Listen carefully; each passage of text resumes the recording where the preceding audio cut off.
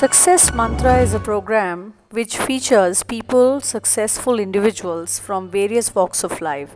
They are less known heroes who believe in their dreams and have conviction to live their full potential.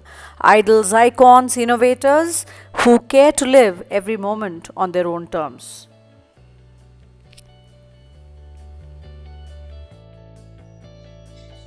A very good morning, Winston. Welcome to Success Studio. Thank you very much. Yeah, it's really a pleasure to have you on our show, Success Mantra. As I have seen you as a professional for a long time, and you always inspire and definitely always as energetic and enthusiastic as ever. I'm humbled. Right. So, Thanks for the invite. absolute pleasure, Winston, to have you here. Before we go ahead with our, quick interview that we have planned for you, it'll be great if you could tell your, professional journey so far to our audience. Thank you. My ambition actually was to be an engineer, Okay. and I worked with Volkswagen company under some German engineers. Beautiful. Started off my apprenticeship, and until I came up to the engine room, I did all the other training with the mechanics of the engine. But when I entered the engine room, I developed a nasal problem, and the moment I entered the engine room, I used to have severe bleeding. Oh my God. So I was rushed to the hospital, and the doctors actually cauterized two of my veins inside my nasal tract. And they tried to help me, but even after the cauterization, when I entered the engine room, the situation continued. So the doctors advised me and said, I'm afraid we can't do anything very much. Maybe you might have to change your profession. So that was a turning point in my life. I had to change my complete career from engineering to management. And I joined Sterling Company, George Stewart's United Kingdom company, as a trainee manager. And that was quite a interesting journey, starting off under Britishers to be trained to be a manager, managing not machines and cars now, but managing human beings. And the journey continued there. And unfortunately, their yardstick for professionalism was not really your professional life, but it was more emphasis on social life. And what happened was there used to be a day set aside as known as the club day. And you have to go to the club. If you don't go and participate in the club, then you are blacklisted. And I was blacklisted because I was more on the professional line and not on the social line. So I found that it was very difficult to continue with them, although they looked after me very well. I decided maybe I'm wasting my time in India and I have to venture out looking into another third world country. And that's when I applied around the world a Chronicle magazine. And lo and behold, in 3 months' time, I saw an advertisement in a Chronicle. And sometimes it's intuition, you look at something and you think it's for you. Right. I showed it to my wife and she laughed and she said, thousands will be applying, you'll never get it. But being the person I am and the beliefs that I had in God, it so happened that in 2 weeks, I received a call from this organization. It was an Australian-based company helping Papua New Guinea. My geography was so bad, I didn't even know where Papua New Guinea was at this time. And there were 3 correspondences that I received from them. And only I did was I sent my credentials. There was no telephone contact, no visual contact. Only my credentials were sent. and in a month's time, I was appointed as one of the general managers. Yeah. And they wanted me to start immediately. But the British company wouldn't release me. They said you have to give your 3 months notice. So when I told the Australian company this, they said, no, that's all right. We can pay that 3 months and we want you to join immediately. But the London company was very strong and they said, no, you have to complete your term. So I had to finish my 3-month term and left them, and then had to work out my entry into Papua New Guinea, which was not easy because in India, they don't have a foreign affairs high commission. It was handled by the Australian government. So I had to go up to Delhi and managed after about a month, backwards and forwards. Eventually, I got the work permit and the visa to go. And I initially went to Sydney to their head office and had a 3-day uh, familiarization session, which was quite a thing from morning till evening, being briefed on what my role would be in this country. The managing director was a very, very nice person. But every time I asked him the question, they had a series of change of general managers. Over 10, within a matter of 3 years, was being changed. And every time I asked him the question why, he evaded giving me the answer. So I knew that there was a problem over there. And I had to go to that country to see this problem. Before I actually accepted the job, I went to the British High Commission and read up all about this country because my knowledge of Papua New Guinea was zero.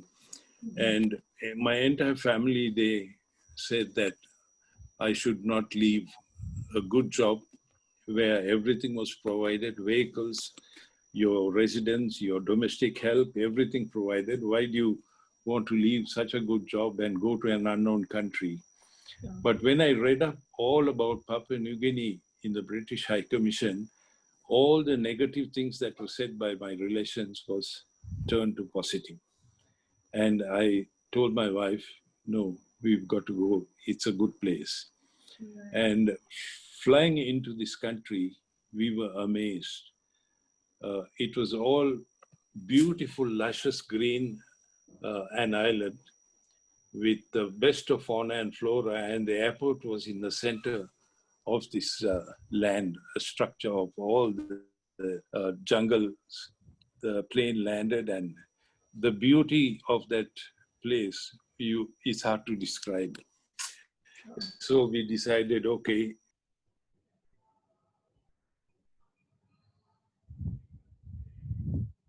Or do you want to restart it again? No, we are good. Yeah, we are good. You can go ahead. Okay. Yeah. From where I left it. Yes, yes. Yeah. So we arrived in Papua New Guinea, beautiful country. Beautiful. And all my counterparts were Australians. And I was the only Indian guy thrown in there, given a brand new Toyota Land Cruiser, the latest V6. And here was my Australian neighbor driving a Noddy wagon. So the human nature being what it is, straight away, the human nature jealousy crept in, and he thought, who is this Indian fellow come here, given the best of everything, and here I'm driving a Noddy wagon. So right from the word go, it was a battle of wits. The first thing I had to do was I had to learn the native language. Sure. And that took a while to master the language. But once I mastered the language, I was accepted by the community. And they could see a big difference between the way I operated and the way the Australians were operating. Sure. And they just took to me and I took to them because this is a nation that's coming from Stone Age to supersonic age. Sure. And I felt that the change was a bit too fast. Right. And I had to unlearn all what I had learned Mm-hmm. and relearn a new way of life. That is, I had to learn human relations. How do we handle a human being of another culture? Completely different. Right. All that it needed was for me to listen to them initially and then digest what they have said. And then I had to find out a strategy how I'm going to help them, tackle them to be better human beings. Beautiful. And that really was a learning experience for me by itself, where I had to come right down to grassroots level, learn the language, Mm-hmm. and learn how to handle them. Beautiful. This exercise was a 2-year contract, Mm. but it ended up to be 33 and a half years. Wow. I was able to revamp the entire sector, plantation sector for the government. Mm-hmm. The government actually had their eye on me as I was doing this for the Australian company. Mm-hmm. And when they took over, when the country got independence, they wanted me to join with them. Mm-hmm. And the World Bank actually opened the development bank for the country. Mm. And I was engaged as the principal advisor to train national managers. At the same time, I also had to continue my role as the principal advisor for the bank. It was a very, very challenging job, being a liaison between the government and also running the development bank for the country, Sure. in charge of all the development projects. Very humbling experience. And to cut a long story short, I had 10 miraculous escapes of death, and it was God who saved my life. My God. Because criminal activity was at its height. Mm-hmm. And it's just one of those things, they, because you work with a bank, they think that every time you drive into the office with your briefcase, you've got cash in your briefcase. Mm. And anyway, uh, despite all this, I managed to handle them and train them. The managers whom I trained, actually, I had to train them to get their master's degree, certificate in management, and MBA, and also their doctorate programs. It's the first time in their life that they had to undergo something like this. And the graduation ceremony was actually held in the United Kingdom in the Oxford University. I took all my trainees, first time on an aircraft for them, to this graduation ceremony in Oxford, London. And the people who came from all over the world were amazed to see these people because they look completely different to all the others. Mm-hmm. And they were able to demonstrate their thesis, all their projects that they worked on. Mm-hmm. They were able to analyze them and do presentations to the entire community gathered for that graduation. The chancellor and the dean of the university were amazed that a third world country could come up with such wonderful human beings with success stories. And they came back to their country, had a big reception, and the government actually appreciated this transformation of human lives. And they are running all the organizations very successfully. In Excellent. appreciation for this transformation that took place, the government actually recommended me to Her Majesty the Queen, and I was knighted by the Queen for the services that I rendered. I not only did this job in my role as the principal advisor, I also did some voluntary work for the Red Cross Society. I revamped the Papua New Guinea Red Cross Society, and I also revamped the Scout Association which I was a board member of.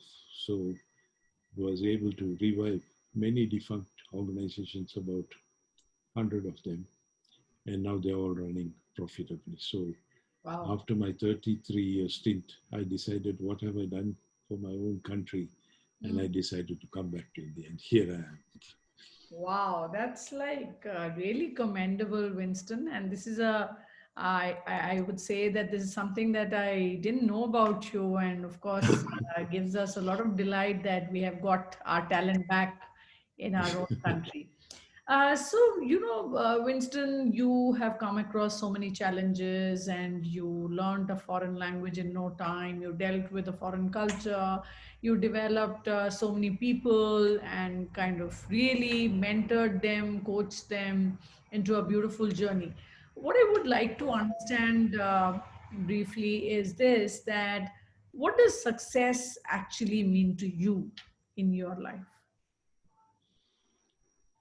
To me, it really means empathy, Mm-hmm. where we empathize and also understand Mm-hmm. that we human beings are placed on this earth.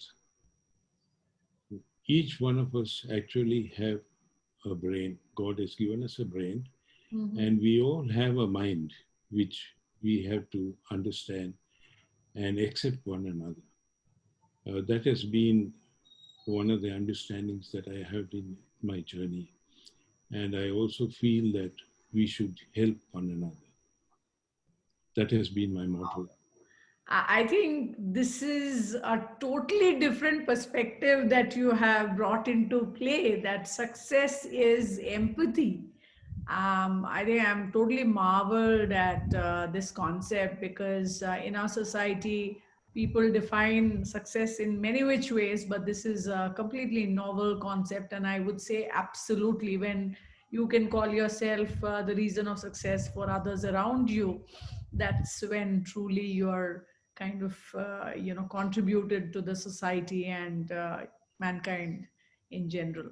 So Yeah, that. and I've enjoyed my journey there because, lots of them have never been to a university. Mhm. And for them to, and there they take life, they live day by day. They don't live long. They actually enjoyable Wow. group of people.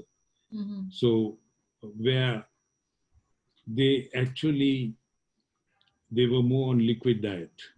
Wow. When Okay. I say they don't drink beer in bottles, but they drink it in cartons. So their party starts on Friday and ends on Monday, Right. totally unfit for work. Mhm. So once they came into my under my custody, Mm. I told them that they have to, first and foremost, they've got to change their lives. Mhm. So from a liquid diet, they had to change to a solid diet of learning. Mm. And it was amazing for me actually to see Mm. how they just transformed their lives. Most of them gave up drinking liquor, and their hunger and thirst was for knowledge, Mm. and they delved into this body of knowledge, which was my teaching them to do that. They got right down into it because I was very, very firm on their assignments. When we had a deadline for assignments, if it had to be done on a Friday, I tell them on Wednesday, all assignments have to be brought to me Mhm. because I got to do a quality check. All the quality checks were done in the United Kingdom. Mhm. Although we lived in Papua New Guinea, we had to send all the assignments to United Kingdom for quality protocols. And I had to ensure that that was done so that it reaches my desk on Wednesday and I can go through them. And on Friday, Sure. I courier them to United Kingdom. So Excellent. this process took a while. Mhm. And this is what the Governor General and the Prime Minister of the country were amazed that human beings could be changed overnight. Here Right. they were engaging consultants from abroad, Mhm. paying them millions of rupees Mhm. for consultation fees. When here is a fellow from India just comes there, sits with the people, partaking with them and getting them to delve into this body of knowledge.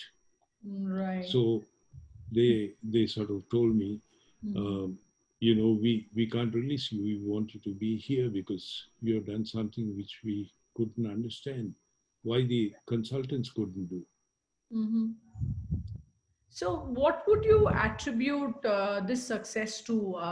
What are the values, traits, or behaviors which really helped you connect with this, like a different world, different people, and bring in such a humongous change in a short span of time?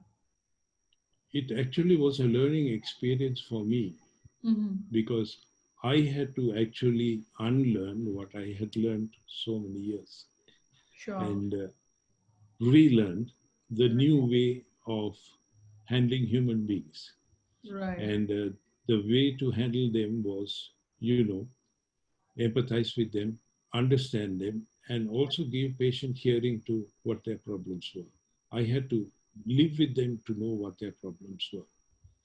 And Excellent. this was not an easy task because those colleagues that I had around me were actually wanting to destroy me to the extent that even one of my spare wheels, they, when gone to the workshop, they got the spare wheel taken out and got it filed. Oh. When I had to change the wheel, and on the highway, here's my wheel coming out. And my little daughter, 5-year daughter, spotted this wheel going and said, "That's our wheel." And the vehicle, instead of going down a precipice 200 feet, it landed on the embankment on the left. There again, it was the hand of God that saved our lives.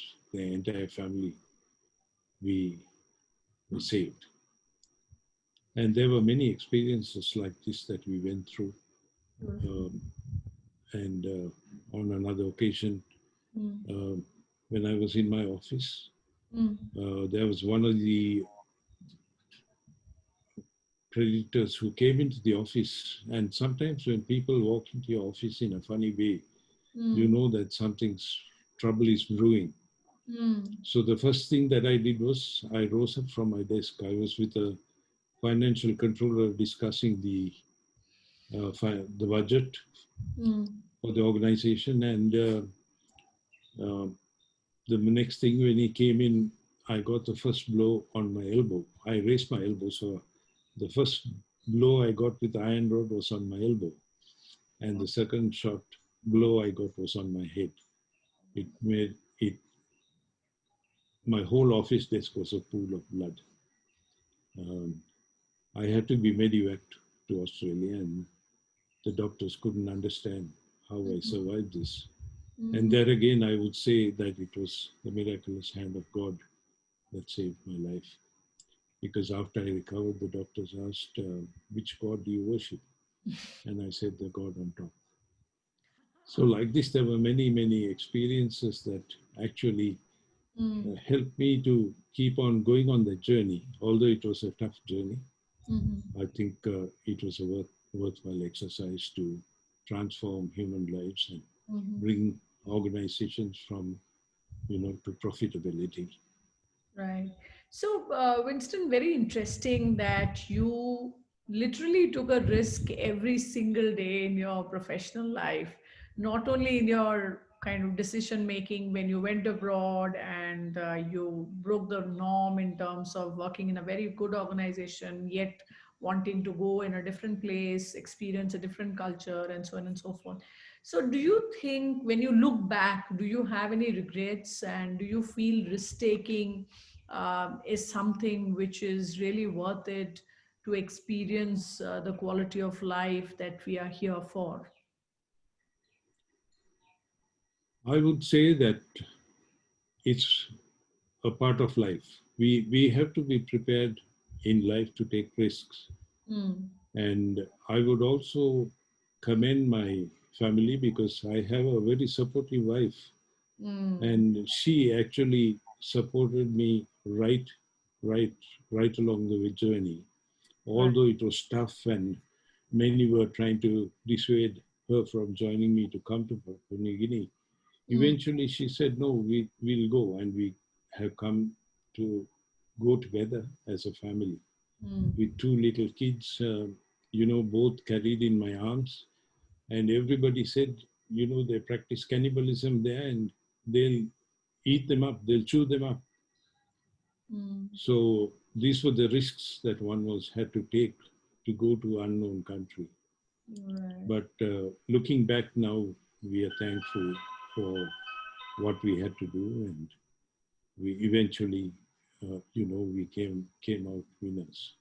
Wow. And really, it was Papua New Guinea experience that helped us even to open a Indian High Commission over there. I was instrumental in helping the government to Mm, open a High Commission office there. And now we have a lot of mm. trade relations between the two countries going on.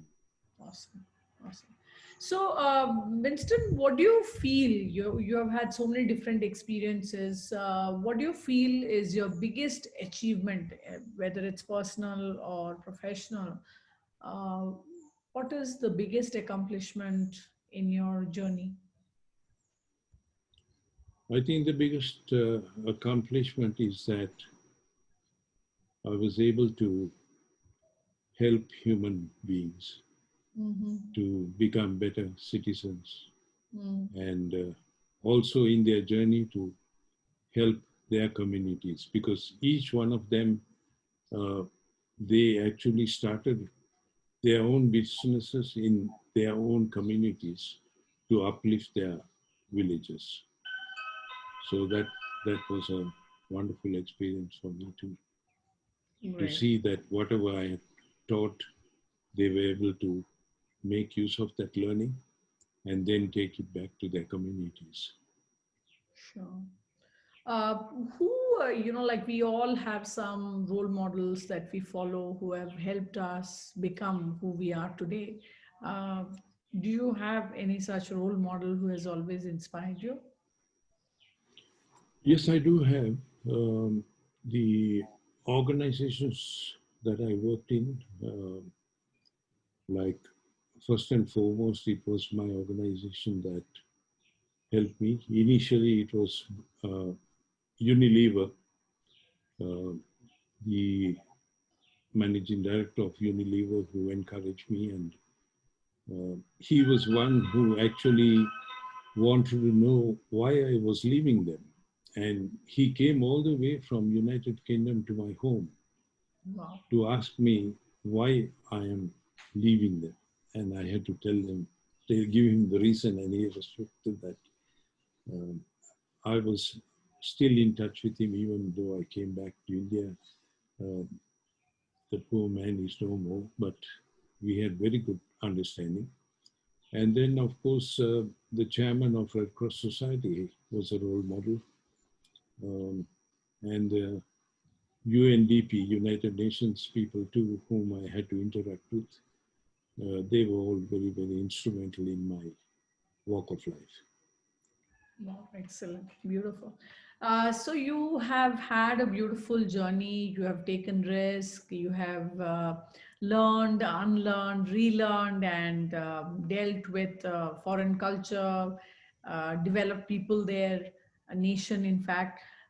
What is, what is your mantra to combat failures, because do you feel that it's important to really look at failures with a lot of sorrow, or do you feel that failures can be looked at some dimension? I, I think they should be taken as a lesson of learning, Mm, because the normal saying goes, failures are the pillars of success. sure. So those failures actually have been teaching experiences to appreciate life Hmm. and not to fear the future, Hmm. face the future with courage and strength. And that has been another mantra that has always been with me, to keep on going, not to look back, but to look forward. Beautiful. Excellent. So, Winston, I think we have had a great chat today, and definitely all your various stories in the past and how you have dealt with them, how you have really nurtured your career as well as your personal life, taken risk. It's really enlightening to have these learnings, especially the one that you said, solid diet of learning. I think that's my key takeaway for today. However, before we are on top of the time, before we kind of close our session today, what would be this one message that you would like to give our audience, which would help them not only achieve success, but live and lead a very fulfilling life? The lesson that I have really learned is Mhm. we do not have to fear the future. Like example, the situation we are going through now is a real wake-up call for us to, you know, this. I'm thankful for this interview we've had, but we are able to interact with one another, although our movements are restricted. We are able to talk to the entire world. Right. And I would take them as lessons of learning for each one of us. That is why I'm a disciple of lifelong learning on an action learning mode. Wow, very well said. So that was Winston with us this morning, and that was a really, really helpful session for all of us here. And of course, the key learnings from this is that life is all about unlearn, relearn, and constantly empathize with people around you. If you want to see success, you can define it yourself and you can see it through the people around you. So thank you very much, Winston, for being with us today. We are really thankful you could make time for this. Thank you very much for the opportunity. I really appreciate it.